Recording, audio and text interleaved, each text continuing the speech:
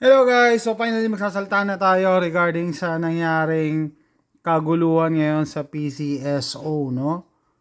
Yan, iniimbestigahan daw sa Senado. Okay? Pero alam ko nag-imbestiga na daw si Raffy Tulfo ahead of the investigation. Okay? So ano ba talaga? Ito. Picture na ito, very controversial no ngayon sa social media. Edited daw ito. Yan. So yan yan, no? Yung winner. Edited yung winner. Kasi meron pong balita, 30 million na po ang ininvest ng tropa ninyo para manalo doon sa 600. Okay, so ang nangyayari pala, no? Magkakaroon, magpapadraw ang loto, pero ang nananalo, sila din, no? May insider connection. So, mag-invest ka ng 30 million, mananalo ka ng 690 million. Talagang tiba-tiba yan, no? 190 million na yan. Kung kinakailangan hanggang madaling araw tayo na alas 12 rito, Comsec, mag-ready ka na ng mga kubot banig dyan. 2,000 na mga lotto agents. Pinatay nyo. Meron kayong pinatay na pagkarami-rami, libo ang pinatay ninyo. Isa lang ang inyong binuhay kapalit ng 2,000. That is baseless, I would tell you. I'm sorry, but Baseless daw, pero I think the figures will show Who are you to say it's baseless? Mr. Chairman. Wait a minute. 2,000 na talagang given na yung numbers na sinasabi niya. Am I right? nakakainitan Miss pa. Javier? Yes, Chair, you're correct. So meron kayong 2,000 na pinatay nyo. it is not, Let's Mr. pinatay nyo, let me finish and then let you talk. 2,000 ang tinanggalan nyo ng nabuhay, pinatay nyo ni... Hindi po ako may gawa niyan, Mr. Chairman. Dumating po ako awarded, Under your watch. Mr. Chairman. It is not under my watch. Ito, tsura pa lang nito, halatang korap na. Napag-alaman na edited ang viral picture Yan, si ate, edited. So, hindi siya totoong tao, no? Yun ang problema eh. na nanalo umano sa loto ng 43 million jackpot prize noong December Single 23, single 2023. bettor. Pero ayon sa source, ay empleyado lamang mismo ng PCSO ang pinanalo Yun. at matagal na umanong kalakalan ito. Matagal na, yun nakakadismaya talaga eh, nakakatakot. Anong time po na nag-order po ng machine na 6,500, kayo na po yung nakaupo. Your Honor, that is a big lie. That is a big lie. Our records will bear us out. I will have to correct this because this is a very, very big lie. O yan, nag-aanuhan na, lumalabas na yung totoo. And if she's under oath, Your Honor, she will be in trouble. Diba? So, ano nangyari pala dyan?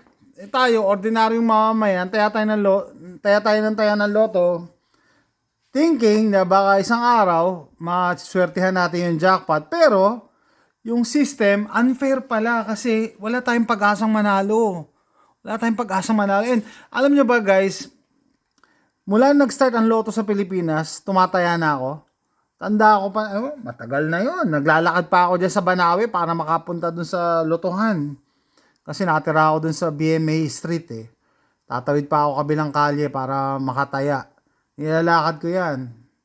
Ulitin ko po, paulit-ulit na tayo dito para mas maintindihan natin. Regarding launching of new games with a game proponent of an agent on an experimental test run basis. Yan na yung ilot. Your Honor, if Iloto. Nagano pa sila ng Iloto. So, online. Transition sa FLA kung puro ka walang alam.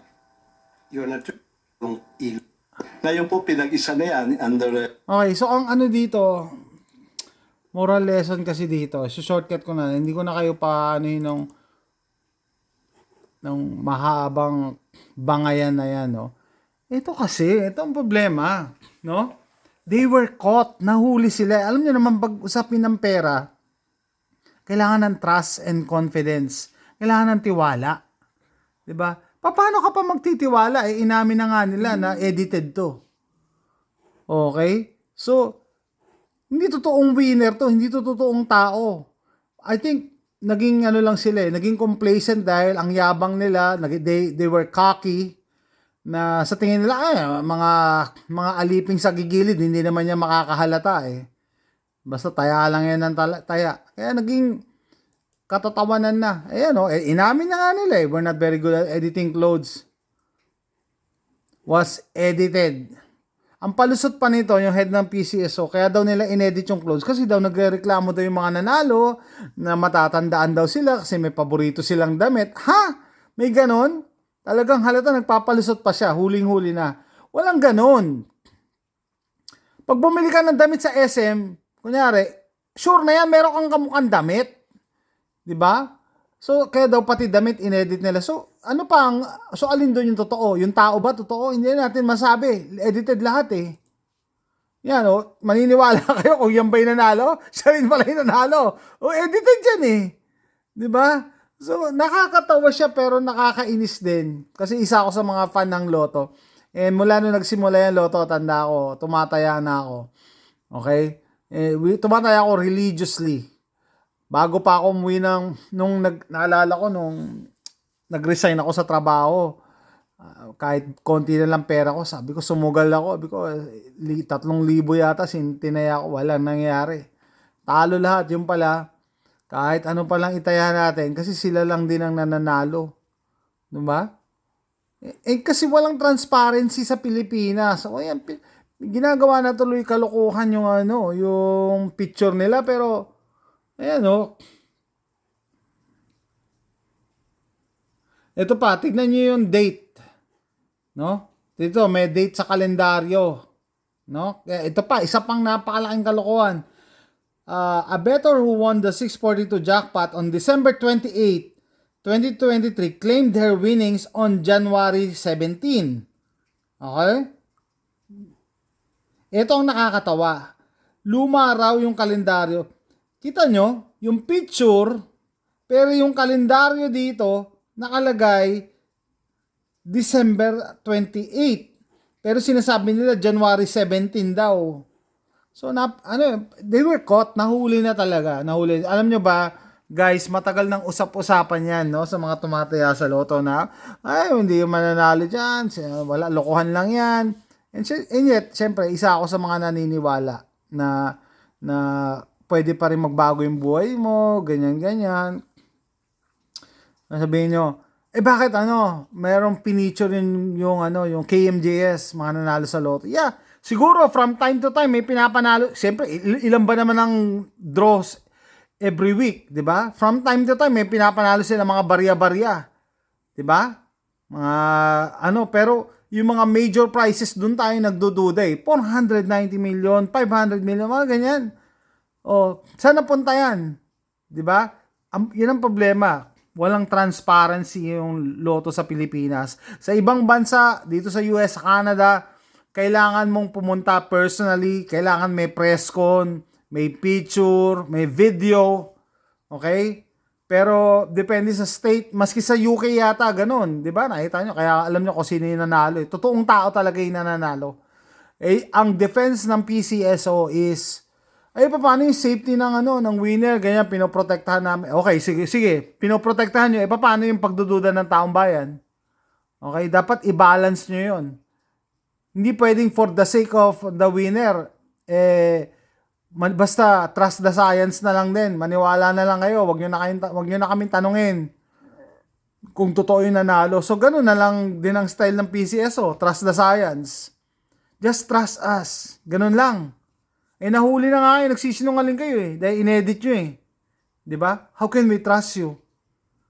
No? So, hanggang dito sa US, tumataya pa rin ako sa Lotto. Pero dito kasi merong transparency. Required kang pumunta doon sa office nila at mabidyohan ka.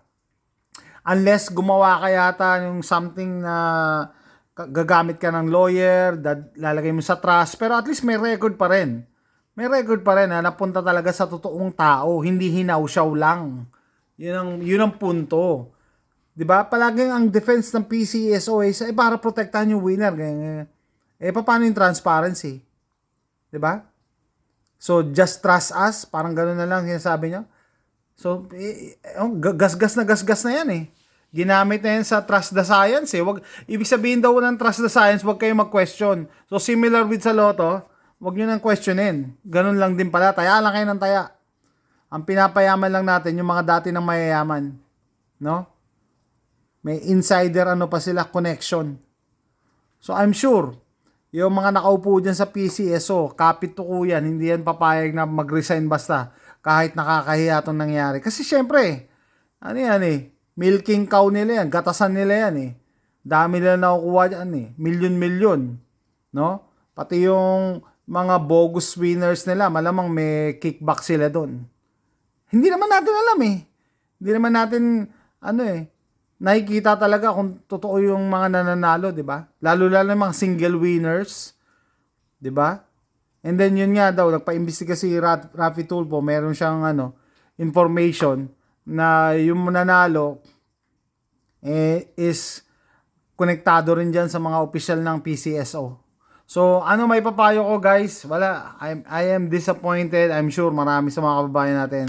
Wala na. Let's stop let's stop betting sa PCSO, sa Lotto, no? Kasi halatang halata nagsisinungaling sila.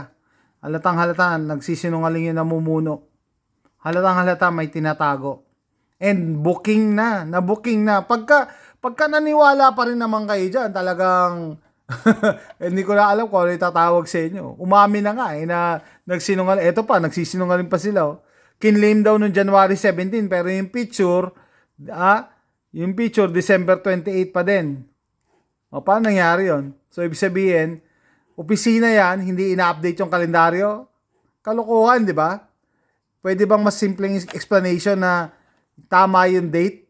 It just so happen. Edited din yung award giving na yung pag-award nila ng cheque.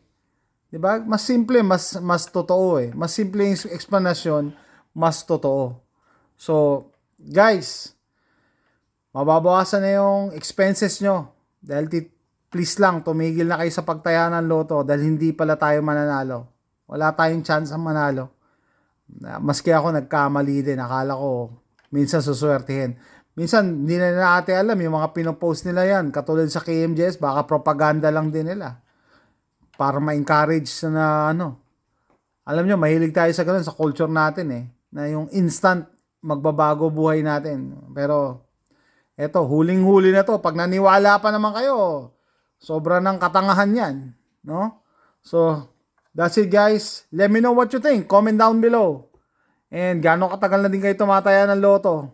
And isa rin ba kayo sa umasa na magbabago? Isang araw magbabago buhay nyo dahil lang sa loto. So that's it guys. Thanks for watching.